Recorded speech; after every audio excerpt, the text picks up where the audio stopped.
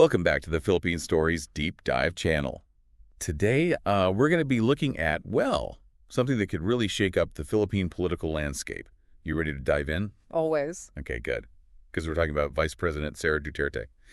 And she's, well, she's always been known for her strong personality, But some recent comments that she made have landed her in some really serious hot water. Legally speaking. Yeah, these weren't just like offhand comments.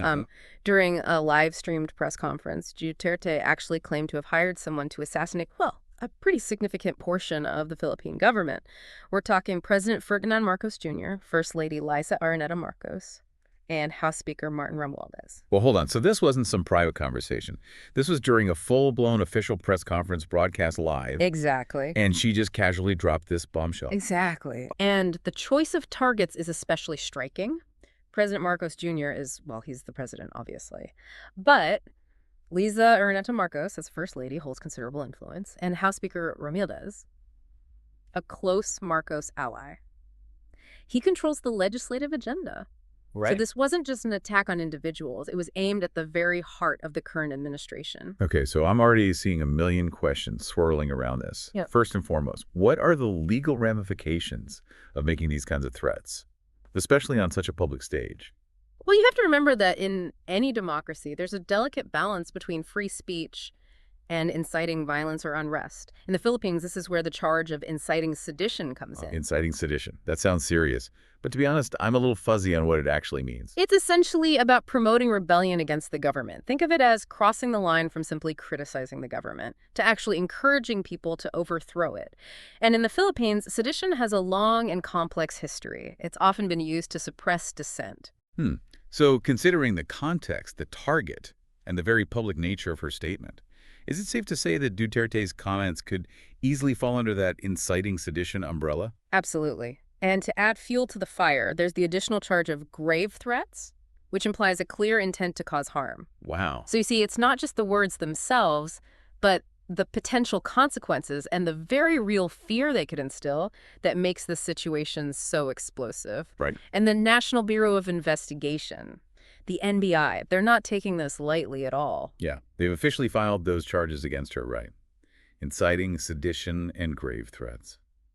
What does that look like in terms of a potential legal process? Well, the first hurdle is establishing whether there's enough evidence to even proceed with a preliminary investigation. The NBI has confirmed that the video is authentic, but they'll need to meticulously gather all the pieces of the puzzle before they can move forward. That makes sense. But you mentioned Duterte initially refused to cooperate with the investigation. Does that hurt her case? It certainly doesn't help, though she eventually submitted a letter of denial through her lawyer. That initial refusal could be seen as an attempt to obstruct justice. Interesting. The NBI, however, is pressing on, which suggests that they believe they have a strong case. Wow, this is already getting really complex. And we haven't even touched on the political fallout yet. I'm guessing that's a whole other can of worms. You could say that. This scandal could have a ripple effect on the entire Philippine political landscape, impacting everything from public trust in the government to Duterte's own political future. Okay, wow. I'm definitely feeling the weight of this situation now. We've covered a lot of ground already, but there's clearly much more to unpack here. Indeed, and it's important to remember that this isn't just about a single politician or a single incident.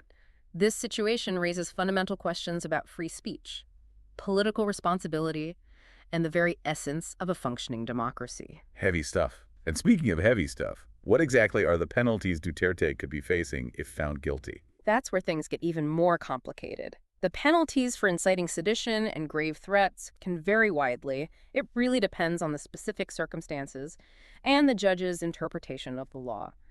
But we are talking about the possibility of significant fines and even imprisonment. And let's not forget the potential political consequences. This scandal has already cast a long shadow over Duterte's career, and regardless of the legal outcome, it could severely damage her reputation and her ability to govern effectively. It's like this whole situation throws a wrench into the gears of Philippine politics. But how does this impact the average Filipino citizen? It's easy to get lost in the legal jargon and political maneuvering. But what does this mean for people's everyday lives? Well, imagine waking up one day and hearing your vice president on live television threatening to eliminate key figures in the government. It brings a sense of unease, of instability, right? It makes you question the safety and security of your nation and potentially erodes trust in the entire political system. Yeah, I can see how that would be unsettling. It's like a crack in the foundation of trust in the government. And what about the potential for increased polarization within Filipino society? I imagine people are taking sides, debating the severity of the charges and the overall implications for their democracy. Absolutely. This case has become a lightning rod, sparking passionate discussions and debates across the Philippines. Some people might view Duterte's comments as a dangerous overstep, a threat to the very fabric of their democracy. Others might defend her, arguing that her words were taken out of context or that she's being unfairly targeted by political opponents.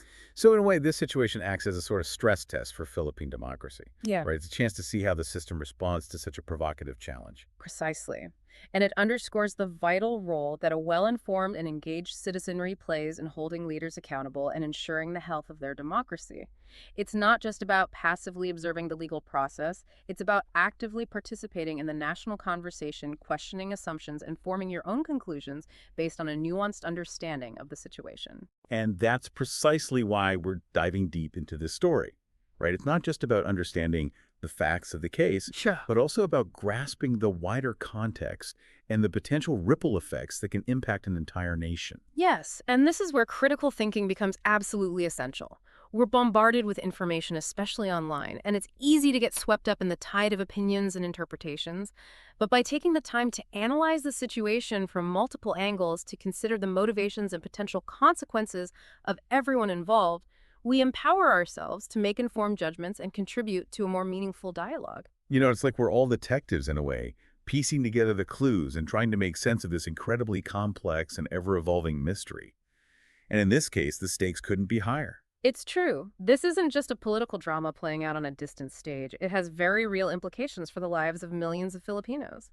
And the outcome of this case could have far-reaching consequences, shaping the political landscape of the Philippines for years to come. So as we delve further into this intricate web of legal proceedings and political maneuverings, we need to keep in mind that we're not just following a story. We're witnessing a moment in history that could redefine the very essence of Philippine democracy. Absolutely. And as we navigate this uncharted territory, we must remain vigilant, informed, and engaged. Because ultimately, the fate of a nation rests not solely on the shoulders of its leaders, but also on the collective wisdom and active participation of its citizens. It feels like we're standing at a crossroads here. This entire situation with Vice President Duterte has exposed some serious fault lines within Philippine politics, and it's hard to predict which way things will go from here. Yeah, there are so many potential outcomes, each with its own set of ripple effects.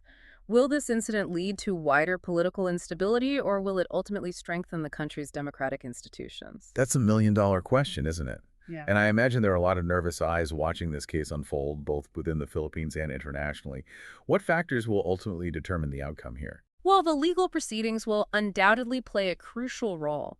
The strength of the evidence, the skill of the prosecution and defense teams, the judge's interpretation of the law, all of these will be critical factors in determining Duterte's fate.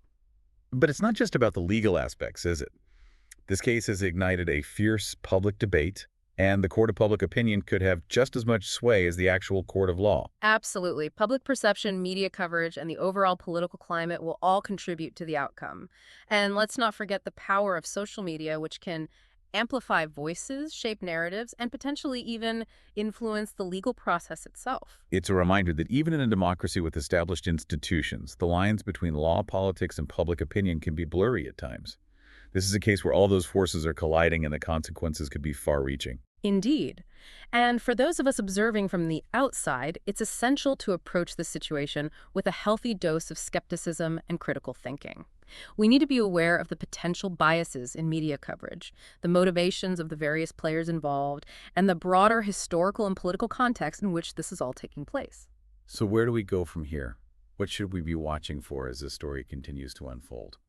We'll keep a close eye on the legal proceedings. Of course, pay attention to the evidence presented, the arguments made by both sides, and any significant rulings by the court. But also be mindful of the public discourse surrounding the case. Yeah. How are different groups reacting? What are the dominant narratives emerging? These insights can offer valuable clues about the potential direction things might take. It's like we're all piecing together a giant puzzle, with each new piece of information offering a glimpse into the bigger picture. And the more we understand about the individual pieces, the better equipped we are to grasp the complexities of the whole. Exactly. And remember, this is a story that's still being written. The outcome is far from certain, and the consequences could reshape the Philippine political landscape for years to come. So stay informed, stay engaged, and most importantly, keep those critical thinking skills sharp. Well said. And for our listeners, thank you for joining us on this deep dive into one of the most significant political events in recent Philippine history. We'll continue to follow this story closely and bring you updates and analysis as they develop. In the meantime, stay curious, stay informed, and keep asking those tough questions. Until next time.